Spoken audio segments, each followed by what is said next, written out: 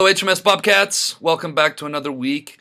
The Helena Middle School on this week's Bob lesson. Talking about the power of the bystander. These were videos that I found last year on an anti-bullying movement. I want to bring to everybody's attention today the importance of knowing right from wrong, and when you see wrong, speaking on it. Our culture, our society, our school is only going to be as strong as each individual people who are socially policing things themselves. If you stand up to something that is not right when it's directed at somebody else, that is something that adds to the positive culture of our society. So on that note, I'm going to let this rock and roll. Hope you guys go out, make it a great week, and I hope we all find the strength to stand up against things that are wrong. Make it a great week. Question that individuals who are, quote, bystanders have more power than they realize. One person could do a lot. One compliment, a smile. Say hi. How's it going? Cool shoes. Be a friend. Say you're awesome. You're not going to get laughed at if you say you don't know that person's life. You don't know what they're going through. You don't know what their home life is. Whoa, whoa, whoa. Really? No. Stop. That's not cool. Every time that you speak out is one less person getting bullied every day. I think you can save someone's life if you do that. I work in a business where some people are a little bit arrogant, and maybe they're having a bad day, and I've seen this thing kind of happen where you're on a film set and someone seems to be in a really bad mood and they're treating people pretty badly, and generally you can see that they're treating like an extra badly or a stand-in badly or a cameraman badly. No one ever confronts them, and I'm a big confronter.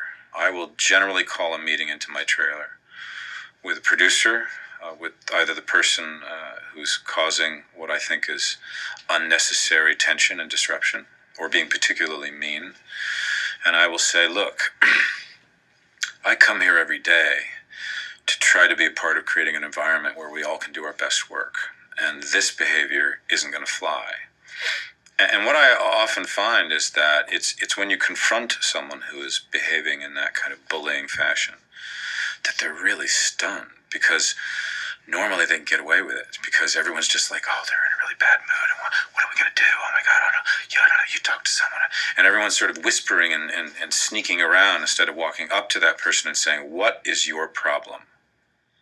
What is your problem? Because your problem is becoming our problem. And in fact, we were having a really good time until you entered the scene and created an environment that was unpleasant, disruptive, and unnecessary. And you know what? It's not going to make anyone work any faster or any better.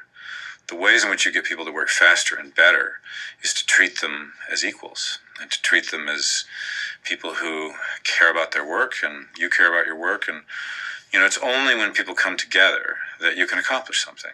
Hey, if you're on the sidelines and you see another human being being hurt, physically, emotionally, do something. Even if it's as simple as being their friend, reaching out, smiling, inviting them to sit with you at lunchtime, giving them a support system so they don't feel so alone, so they can build up their confidence a little bit and feel more accepted and feel a little bit safer in the world. I'm not asking for somebody to step in and start slugging away at a bad guy. That's obviously not the way to handle the situation. But to be a good person and to extend a helping hand, to smile, to make eye contact, to be inviting, to be kind, can make all the difference. There's tons of things you can do. The first would be to get involved in a polite and friendly manner, in a peaceful manner, and stick up for that person. Say something. Because it is kind of, especially when someone's saying something to you, when you're ganged up on, you feel alone, you feel scared, and you feel helpless and weak.